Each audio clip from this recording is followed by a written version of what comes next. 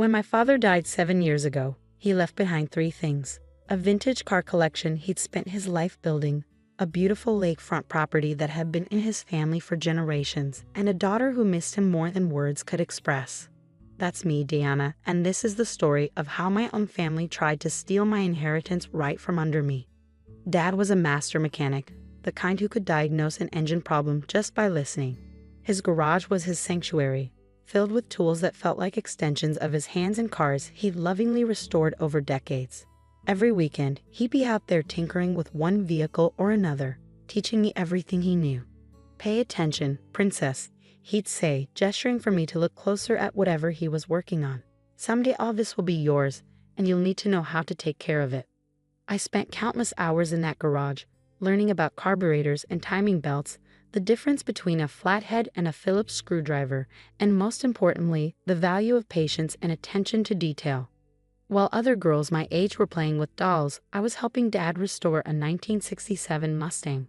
My small hands perfect for reaching into tight spaces. Mom never understood our bond or our shared passion for cars. She was more interested in social status, in keeping up appearances. When Dad died of a sudden heart attack at 52, she waited exactly 11 months before marrying Stephen, her tennis instructor who was nearly 15 years her junior. I was 16 when Stephen moved in, bringing with him his 13-year-old daughter Amber from his first marriage. Suddenly, our quiet home became a different place entirely. Stephen and Mom spent money like water, buying new furniture, redecorating every room, trying to erase all traces of Dad's presence. The only places they didn't touch were the garage and a lake house. The garage because it's full of junk anyway, Mom's words, and the lake house because Dad's will had specific provisions about it. Or so I thought. "You can't sell any of it until Diana turns 25, I overheard our family lawyer, Mr. Patterson, telling Mom shortly after Dad's funeral. James was very clear about that. I took comfort in knowing Dad had protected his legacy, had ensured that the things he loved would be preserved for me. I should have known better. I should have gotten copies of all the documents myself, should have paid more attention to the legal details instead of just trusting that everything would be handled properly. But I was 16 and grieving, more concerned with keeping Dad's cars running than with paperwork and legal provisions. Every afternoon after school, I'd head straight to the garage, working on the cars just like he taught me. It was my way of keeping him close, of honoring his memory.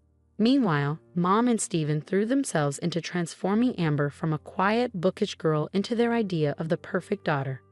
Designer clothes, private tennis lessons, cotillion classes, nothing was too expensive when it came to Amber's development. "Diana, honey," Mom would say, eyeing my oil-stained jeans with disapproval. "Would you rather join Amber at her etiquette classes? It would be so much more appropriate than spending all your time in that garage." But I stayed true to what Dad had taught me. I kept his cars running, kept his tools organized just the way he liked them. The other kids at school thought it was weird, a girl spending so much time working on old cars. But I didn't care. Every time I got one of Dad's classics purring like new, I felt like he was right there with me, nodding in approval. After high school, I went to college for mechanical engineering, paying my way by working at a local auto shop. Mom and Stephen didn't offer to help with tuition. All their money was going toward Amber's future. I didn't mind.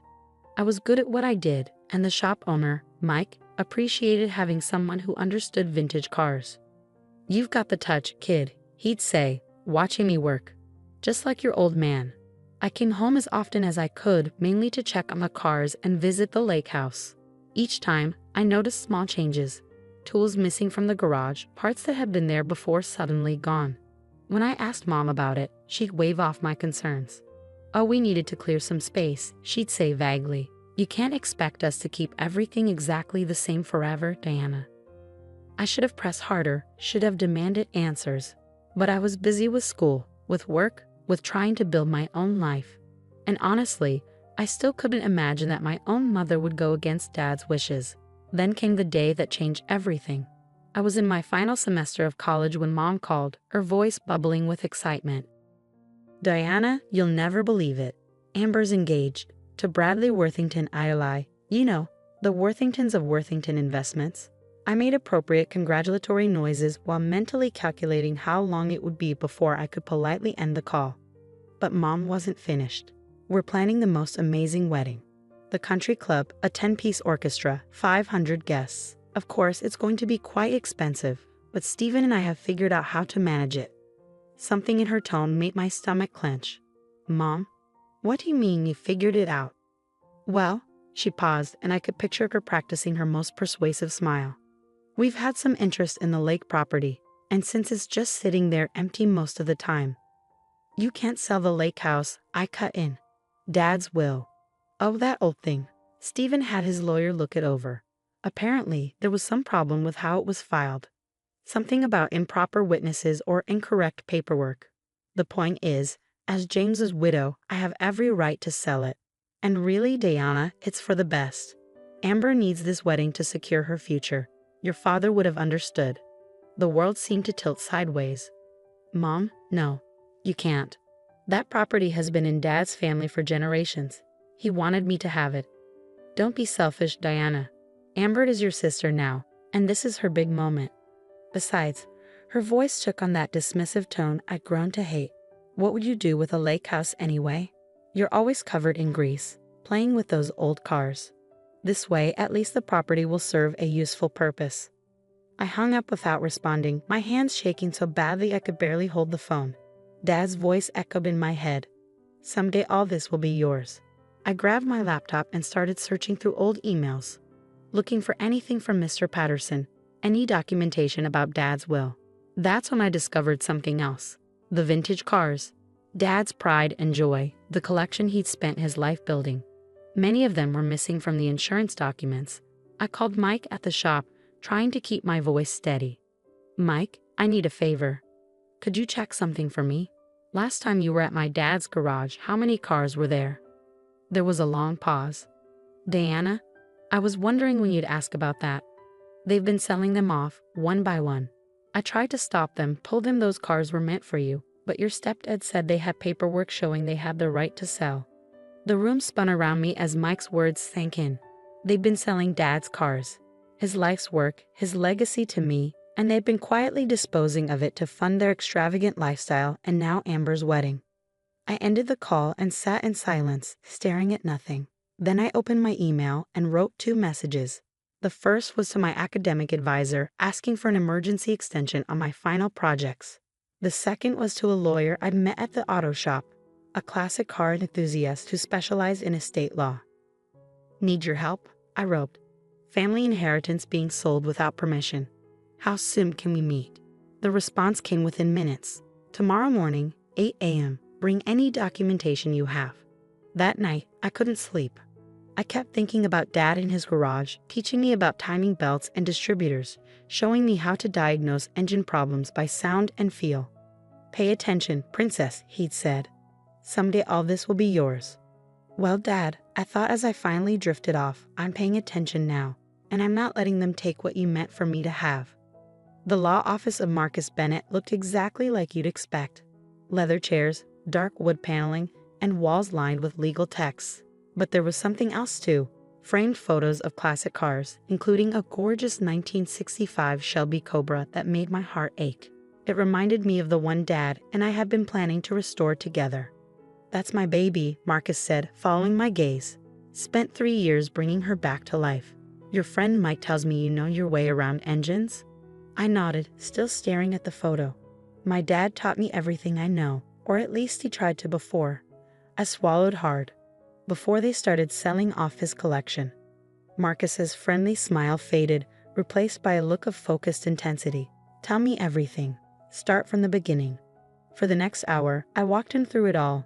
Dad's death, the will's provisions about waiting until I was 25, the gradual disappearance of the cars, and now their plan to sell the lake house for Amber's wedding. Do you have a copy of the will? He asked. I shook my head. Mom and Stephen said there were problems with how it was filed. Something about improper witnesses. Marcus frowned. That's concerning. Who was your father's lawyer? Mr. Patterson. But when I tried calling his office yesterday, they said he retired 2 years ago, moved to Florida. George Patterson. Marcus sat up straighter. I know George. He's meticulous about documentation. If he handled your father's will, there's no way there were problems with how it was filed. Hope flickered in my chest. Can you find out for sure? I can do better than that. He reached for his phone. George and I play golf whenever he's in town. Let me give him a call. 20 minutes later, Marcus had answers that made my blood boil. George never retired to Florida, he said grimly. He's been working part-time at his son's firm across town. And he definitely never told your mother there were problems with the will. In fact, he's been trying to reach you for months. Your mother told his office you were studying abroad and couldn't be contacted. My hands clenched into fists. They lied. About everything. It gets worse, Marcus continued. George says your father set up a trust, not just a will. The cars, the lake house, even the tools in the garage. They're all held in trust for you. Your mother and stepfather have no legal right to sell any of it.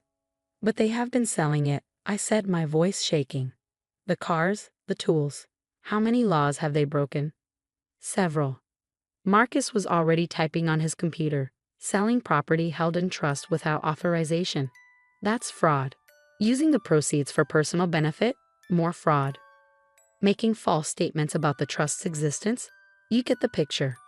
What can we do? First, we need documentation. Records of what's been sold, when to whom, for how much. Bank statements showing where the money went. Then we can file for an emergency injunction to stop the lake house sale and start proceedings to recover what's been taken. I thought about the missing cars, the empty spaces in Dad's garage. Can we get them back? Some maybe, others might be gone for good. But we can get financial compensation, possibly with punitive damages. He looked at me seriously. This won't be easy. They're family. Are you sure you want to pursue this? They stopped being family the moment they started stealing my inheritance, I said firmly. Dad trusted me to take care of his legacy. I won't let him down. The next few weeks were a blur of investigation and documentation. Marcus's team tracked down sales records for 11 of Dad's cars, worth over $800,000 combined. They found receipts for tools and equipment sold at various auctions. Most stunning of all, they discovered the money trail, deposits into Mom and Steven's personal accounts, transfers to wedding vendors, payments for Amber's new car and luxury apartment. Meanwhile, I took a leave of absence from my final semester, promising my professors I'd make up the work over the summer. This was more important. This was about justice. I moved back home, watching Mom and Steven's mounting panic as they realized they couldn't reach the lawyer who'd supposedly found problems with Dad's will, because he didn't exist. They'd forged documents, created a fake law firm's letterhead, all to convince me they had the right to sell my inheritance. Diana, sweetie, Mom cornered me in the kitchen one morning, her smile brittle. About the lake house. I know you're upset, but try to understand. Amber's wedding is so important. It's her chance at a perfect life. Like my life doesn't matter. I kept my voice neutral, recording every word on my phone. Like Dad's wishes don't matter. Your father would have wanted to help his stepdaughter, she insisted. He was generous that way. Really? I pulled out my phone, showing her a photo from my investigation. Is that why you sold his prized 1969 Chevelle to fund your spa weekend in Palm Springs? Because Dad was generous? The color drained from her face. How did you? I know everything, Mom. Every car you sold. Every lie you told. Every dollar you stole. She grabbed my arm, her fingers digging in. We did not steal anything. We are your parents. We have every right. You might want to let go of me, I said quietly. And you might want to talk to a lawyer, a real one this time. That evening, I heard them arguing behind closed doors. Amber's voice joined in, shrill and panicked. What do you mean the wedding might have to be canceled? The Worthingtons will never forgive us. Bradley's mother has already ordered custom ice sculptures. We'll figure something out, Stephen promised. Diana's just being difficult. She'll come around. I smiled grimly, thinking of the documents in Marcus's office. They had no idea what was coming. The next morning, I went to the garage early, wanting to spend time with what remained of Dad's collection. In the corner, under a dusty tarp, I found his favorite, a 1957 Chevy Bel Air we'd restored together during my high school years. They hadn't sold this one, probably because it needed work. The engine was in pieces, parts scattered across his old workbench. I ran my hand along the car's faded paint, remembering Dad's voice. Patience, princess. Sometimes you have to take things apart completely before you can put them back together the right way. He'd been talking about engines, but the lesson felt especially relevant now. I was taking apart the lies, the fraud, the betrayal, piece by piece. Soon, I'd have enough evidence to rebuild the truth. My phone buzzed. A text from Marcus. Meeting tomorrow, 10 a.m. Bringing George Patterson. Time to drop the hammer. I texted back a simple, and got to work on the Bel Air's engine. Tomorrow would bring chaos, but today I could lose myself in the familiar rhythm of wrenches and ratchets, honoring Dad's memory the best way I knew how. As I worked, I heard Mom and Stephen leaving for a wedding planning session at the country club. They had no idea that while they were picking out flower arrangements and table settings, Marcus's team was serving subpoenas to every auction house, every dealer, every buyer who'd been involved in their scheme. The truth was coming, whether they were ready or not. The morning of the meeting, I arrived at Marcus's office early. Through the window, I watched Mom, Stephen, and Amber pull up in Stephen's BMW. They looked confident, probably expecting to steamroll over any objections I might have about the lake house sale. Mom was wearing her handling difficult situations outfit, a powder blue suit that made her look both authoritative and approachable. Stephen had on his tennis club blazer, a symbol of the status he so desperately craved. Amber was clutching a wedding planning binder thick enough to stop bullets. Marcus met them in the lobby while I waited in the conference room with George Patterson. The elderly lawyer looked nothing like the frail retiree my mother had described. His eyes were sharp, his grip firm as he shook my hand. "Your father was a good man," he said quietly. "He trusted your mother to honor his wishes. I'm sorry she didn't." Before I could respond, the door opened. Mom's confident smile faltered when she saw George. Stephen's face went slack with shock. Amber just looked confused. "Mr. Patterson?" Mom's voice was higher than usual. "What are you doing here?" "Interesting question, Mrs. Mitchell," Marcus said, closing the door behind them. "Especially since you told your daughter he was retired in Florida." "There must be some misunderstanding," Stephen started, but Marcus cut him off. "Please sit down. We have a lot to discuss." They sat. I noticed Mom's hands trembling slightly as she smoothed her skirt. She knew exactly what was coming. Marcus opened a thick folder. "Let's start with the trust your late husband established for Diana, the one you claimed didn't exist." "We never," Mom began, but George Patterson spoke over her.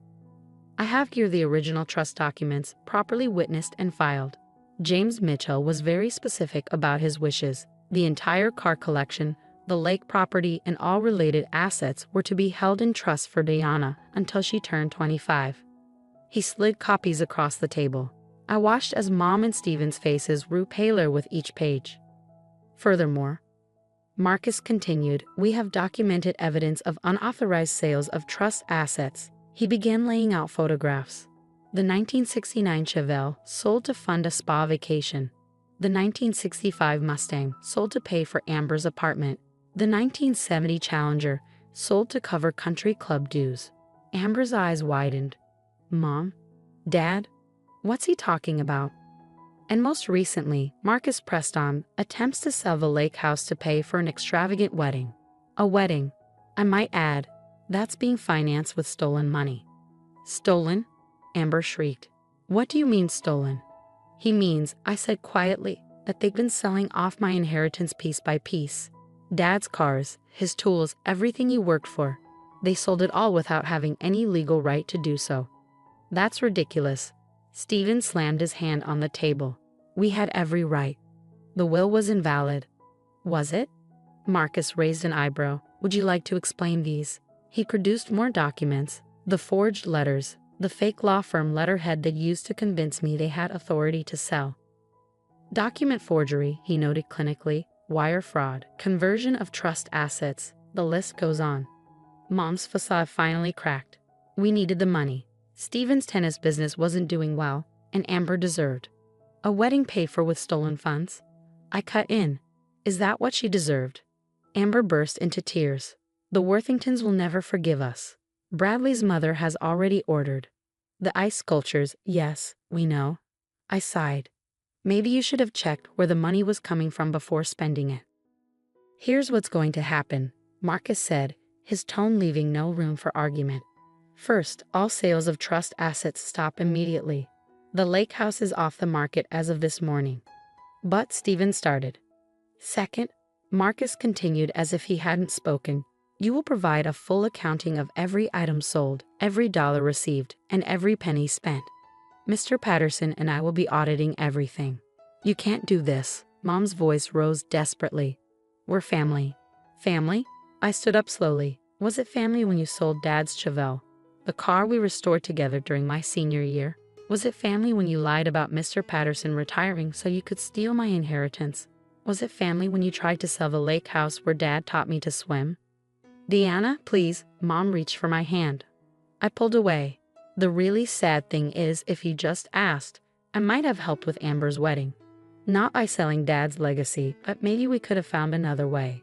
But you didn't ask. You just took. What about my wedding? Amber wailed. It's in 6 weeks. I suggest you start making cancellations, Marcus said firmly, unless you want to add receiving stolen property to the family's legal troubles. We can still fix this, Stephen tried, his voice wheedling. Deanna, be reasonable. Think about your mother, your sister. Stepsister, I corrected. And the time for being reasonable was before you started stealing from me. Marcus laid out more papers, court orders, injunctions, demands for repayment. You have 24 hours to sign these and begin cooperation. After that, we go to the police. The police? Mom went white. You'd send us to jail? You sent yourselves to jail, I said quietly. Every time you sold one of Dad's cars. Every time you lied about the trust. Every time you chose your new family over his wishes. They left the meeting in shambles. Mom crying, Stephen ashen-faced, Amber having a complete meltdown about her ruined wedding. I watched them go, feeling oddly empty. This was victory, but it didn't feel like one. The next few months were a whirlwind of legal proceedings. Marcus's team tracked down most of the cars, though some had been resold and were impossible to recover. The lake house was safe, its attempted sale nullified.